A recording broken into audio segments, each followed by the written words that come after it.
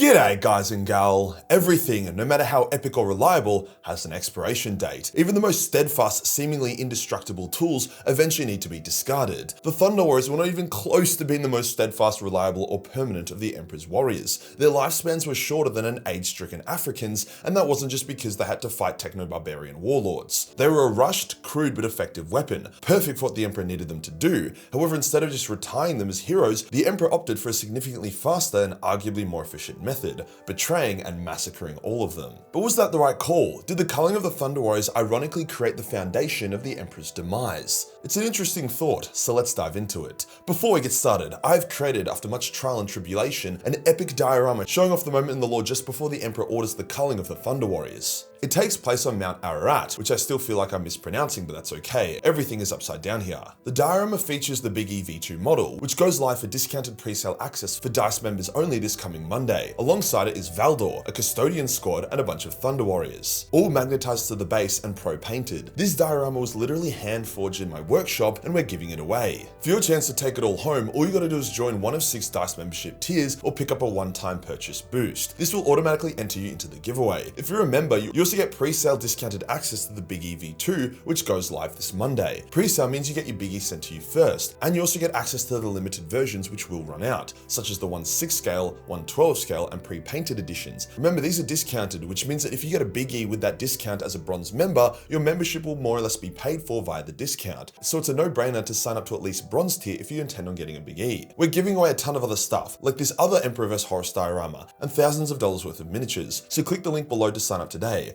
DICE pre-sale access for the Big E V2 starts 1st of September. Today we'll go over the culling of the Thunder Warriors, aka the triumph of the Unification Wars, aka was that really such a good or bad idea? Let's get into it.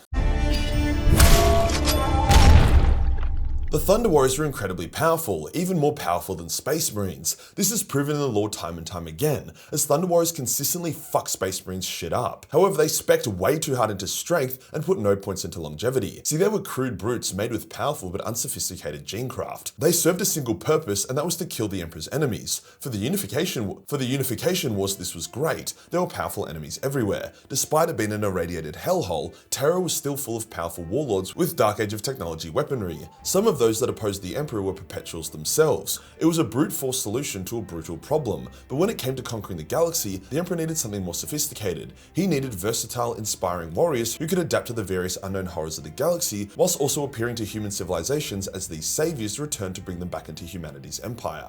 The Imperium preferred peaceful compliances as it maintained a world's loyalty, structure, wealth, and even allowed for the uncovering of new technologies that could be integrated into the Imperium. Bombing everyone's fucking tits off was also effective, but it destroyed culture and potential. The Thunder Warriors, on the other hand, were these vicious brutes, crude bullies. They were not inspiring and they were not versatile. Sure, in a straight up pitch battle, 100 Thunder Warriors would crush 100 Space Marines, but in a full-on war, the Space Marines would dominate due to superior tactics and cohesion. Another issue with the Thunder Warriors was that their bodies and minds degraded at an accelerated rate due to the powerful yet unstable modifications wrought upon their bodies. Their bodies would succumb to cancers and tumors, which also melted their minds, so some would just go berserk in or out of battle. When the Space Marine project was nearly finished and genuine Astartes began rolling off the line and entering the late Unification Wars, the Emperor stopped making new Thunder Warriors, hoping that they would naturally die out by being thrown into the most grueling war zones. However, so great were these warriors that many of them would actually survive until the end of the Unification Wars, leaving the Emperor in a bit of a predicament. See, despite their growing mental instability, the Thunder Warriors were fiercely loyal to the Emperor and were celebrated as heroes by the Imperium, but the Emperor could not use them for off-world conquering. He could not allow his celebrated veterans to devolve into a bunch of mindless brutes and throw them at nearby worlds. It would be a bad look for the Imperium. I mean, the Night Lords and the World Eaters ended up being a lot worse, but at the time, the Emperor wanted everything to be shiny and clean, as his main focus was on the Crusade,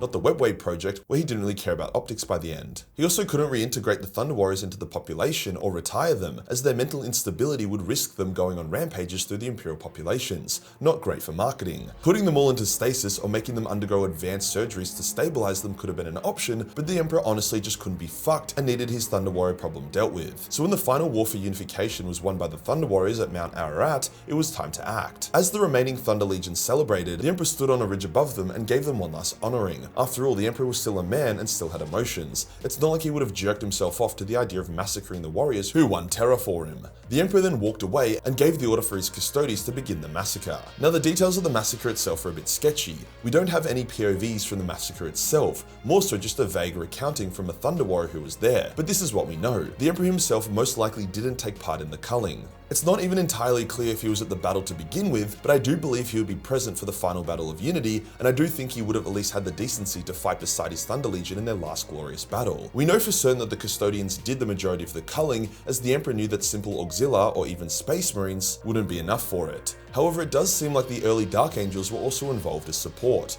The battle was extremely one-sided. The Thunder Warriors were in a kill zone without any cover, out of ammo, worn out, and taken completely off guard by a superior force. You may have seen this artwork that shows the Thunder Warriors killing Custodians, which may cause some confusion. However, this is just a great fan art of someone who likes Thunder Warriors. As far as I'm aware, not even a single Custodian died during the culling. Despite the Thunder Warriors being greater than Space Marines, they were still significantly below Custodes. However, some Thunder Warriors would actually escape and survive this massacre. Ushotan, the leader of the Thunder Warriors, led one group of survivors, who would then go on to attack the Imperial Palace in a suicidal gesture of defiance. They were cut down by Custodians and Dark Angels, with Constantine Valdor personally slaying Ushotan. A few other groups would form together and escape off-world, arriving at a penal colony and helping aid an uprising. The World Eaters, at the time called the Warhounds, would be sent to quell them. There was nearly 3 million rebels backed up by a solid amount of Thunder Warriors. The Emperor wanted to make an example of the rebels, so he sent in the Warhounds. The Warhounds were brutal, which was the point.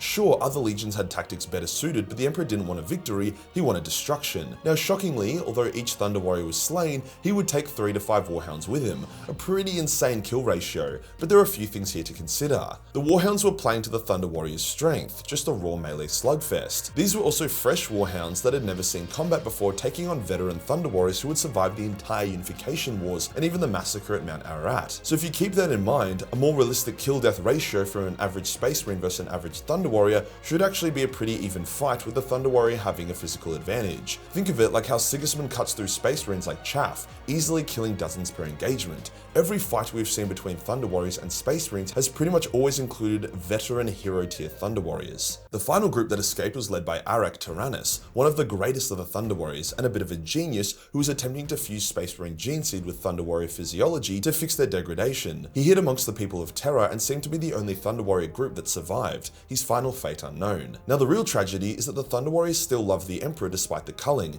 Even Arak didn't seem to hold much ill will towards him, simply stating that it's unfortunate that the Thunder Warriors were degrading and it must have just been a sad side effect. He wasn't interested in vengeance against his creator, more so just a way to stabilize his dying body. It's like the child of an abusive parent who still seeks their parents' validation and justifies the mistreatment. Now, how did this action end up potentially fucking over the Emperor in the long run, and what could have he done instead? Well, despite his best efforts, many people, including the Primarchs, were aware of, or at least suspicious, that the Emperor had culled the Thunder Warriors, that he had thrown away a tool that he had no longer had use of. Hence, many of the traitor Primarchs actually got nervous as the crusade was ending, as that they believed that they would be the next round of Thunder Warriors, that when the wars were finally over, the Space Marine legions and their Primarchs would be culled. Many of them actually used this as one of their justifications for turning against the Emperor, almost as if they were preemptively protecting themselves and their sons from his eventual culling. If the Emperor treated the Thunder Warriors with respect and not culled them, it's likely this fear never would have entered the minds of the Primarchs, thus potentially preventing the fall of one or two of them, like Perturabo or Mortarion, enough to tip the scales for sure. This isn't just me theory crafting. Traitor Primarchs discuss the Thunder Warriors in the lore in this context. Now, we know the Emperor had no culling plans for the Primarchs and their legions. He even built a paradise retreat with Primarch-sized houses in the palace that almost seemed like a place he and his sons could retire to after all the works were over. Plus, the galaxy would never truly be at total peace due to the Orcs, Necrons, Eldar, and Tyranids. But mowing down his Thunder Boys certainly didn't help here. So what should the Emperor have done? Well, the way I see it, he had 3 good options. Option 1,